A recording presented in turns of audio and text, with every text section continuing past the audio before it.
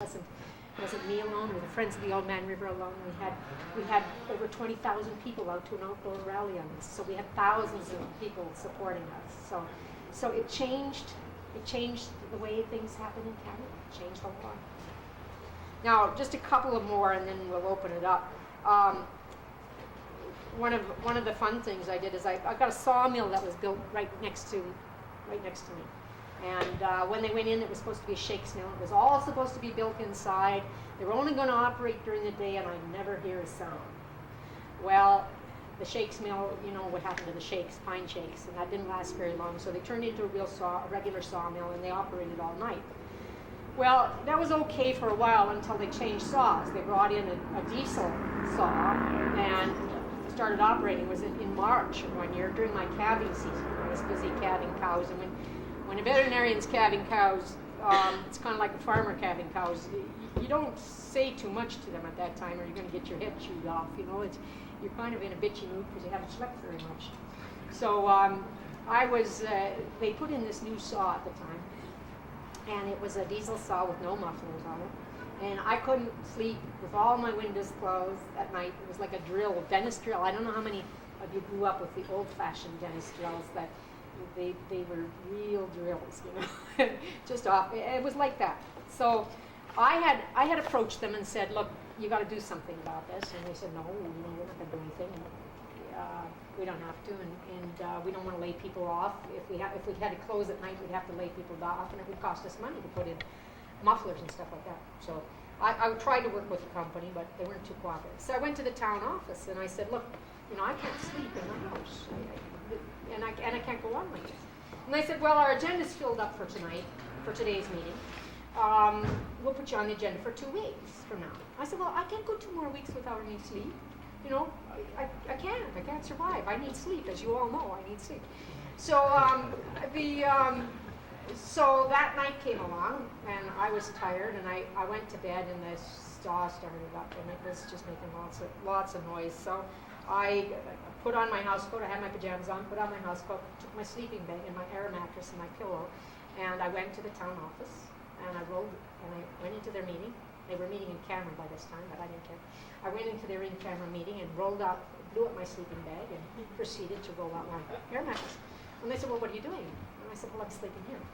Well, you can't do that. I said, well, I'm sorry, but you wouldn't put me on the agenda, and I can't sleep at home, so I'm sleeping here tonight. Well, you can't do that. This is a public place. I said, well, yes, and I'm a member of the public, and this is where I'm sleeping tonight.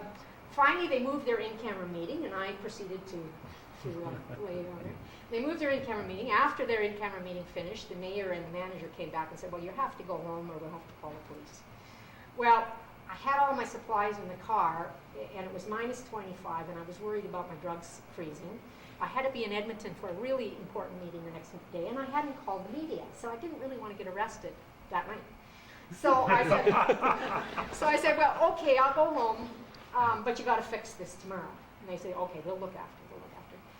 So I went home, and I got home, and the noise was still bad. So I called the police, so the RCMP, and I said, look, I want to report a disturbance to the police. I said, you know, the mill is disturbing my peace, and I can't sleep. He said, well, yeah, but that's a permitted activity. I said, well, it's not permitted. I said, you know, they're under the Criminal Code of Canada.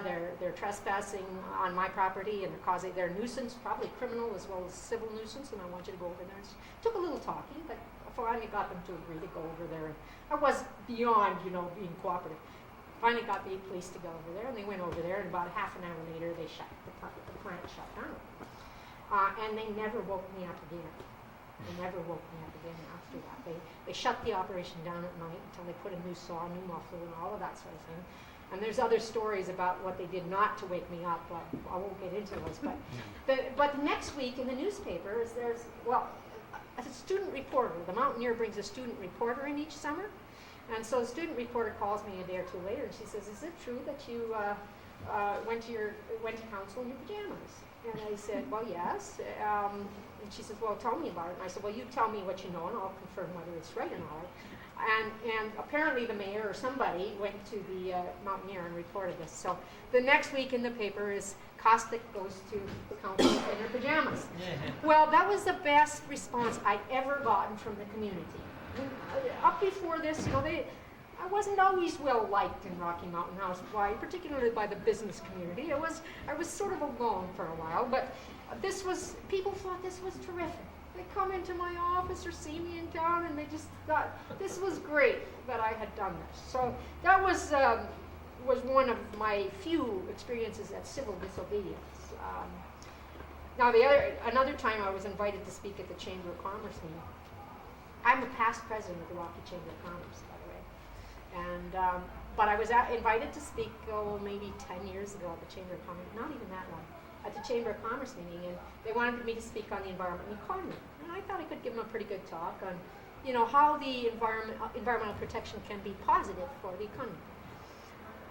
But I said, well, are you sure you really want me to speak? I mean, I knew what some of the business community thought about me, so I said, are you sure? Oh, yeah. So the headlines in the paper that week were Kostuch invited to speak at Chamber meeting. And so the next thing I knew, I get home from calls, and there's a message from the president of the chamber that he's phoned, and he'd be phoning me back. Well, I knew what had happened, because I knew when the executive, having been a former president and former executive member, I knew when the executive met. So I knew the message was going to be that they were going to disinvite me to speak.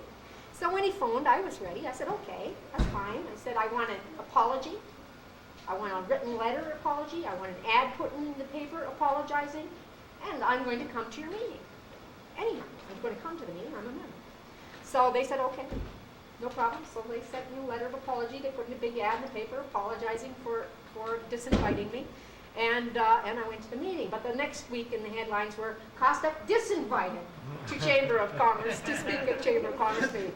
And you should see the reaction that got. I mean, the anger that people felt. And in fact, some resignations from the Chamber of Commerce from some of the wealthiest people in town because they had treated me that way.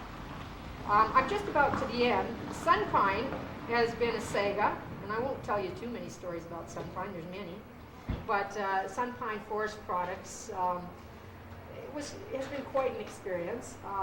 Bruce Buchanan, who was the president for most of it, his opinion was, he came from New Brunswick, and there they were gods, the Buchanans, and they couldn't do no wrong. And they'd been given the approval from the government, and who were we to question it, Who were we people to question anything they didn't grant it? So anyhow, we had quite a battle. So we asked the federal government to do an environmental assessment of their mainline road. This was after a lot of other things had happened, and had to take them to court to get it done and get it done properly and all of that sort of thing. Well, I wanted to go out and see the bridge over the Ram River. So my lawyer, Jennifer Clement, who was acting for me on a couple of other cases, came down to visit on Sunday. And I said, well, good, we're going to go drive out and take a look at this bridge they're building. And so it was a beautiful day, December 16th, and we decided to, 1996, I believe, we decided to drive out and see this bridge. And I'd gotten some directions to how to get there from one of the other members of the Friends of the West Country, and he'd give me, drawn a little map, only we kind of misread the map. And we got off on a cut line instead of following a road. Well, I have a Tercel, which is pretty good. It's a four-wheel drive, but it doesn't handle, I mean, the snow was pretty deep, and it was a cut line and not a trail. So the next thing we know, we're stuck. And we're 30-some kilometers west of Rocky Mountain House, west of the nearest residence. And we're stuck on this cut line. And so we dug dug and dug and dug, and it was a pretty nice afternoon, and we got pretty sweaty digging, and we managed to get out of the first place, and we got down to, and we were turning around and got stuck on top of a stump on the bottom. So okay, got the jack out, jacked our way off the stump, and got that off. Well, and we're driving back up this hill on this cut line and slid off where we had first got stuck because it was so icy from where we'd been trying to get off before. Slid off and slid right into the big tree, and there was no way. I said, Jennifer, we're not getting out here. By now it's 4 o'clock and it's getting dark. It's December. it's getting dark, it's blizzarding by now. It had been quite nice earlier in the day. It's blizzarding by now. And I said, Jennifer, we're not getting out of here. So we got to get prepared to spend the night. So I got a little 4-pound dog. I had a little 4-pound dog. She died in last fall, but she was with us. And we had to keep putting her in each other's coat because she was a big cold. So we took turns carrying her. So Jennifer was a little panicked. So I said, well, Jennifer, you go start gathering wood for a fire, because we got to start a fire and get a fire going. And once she did that, she was great. She was terrific. So we found a shelter. I found a deadfall with the roots sticking out, and it made a bit of a shelter. And we started a fire. The wood was pretty green. It was really a lot of work to keep this fire going. And I had a few supplies in the car. We were pretty cold, so I had an umbilical tape, which I used to sew up cows. So we strung that across between 2 trees, and we took her clothes off one layer at a time, and she had a couple clothespins in her pocket from when she'd been hanging clothes. So we took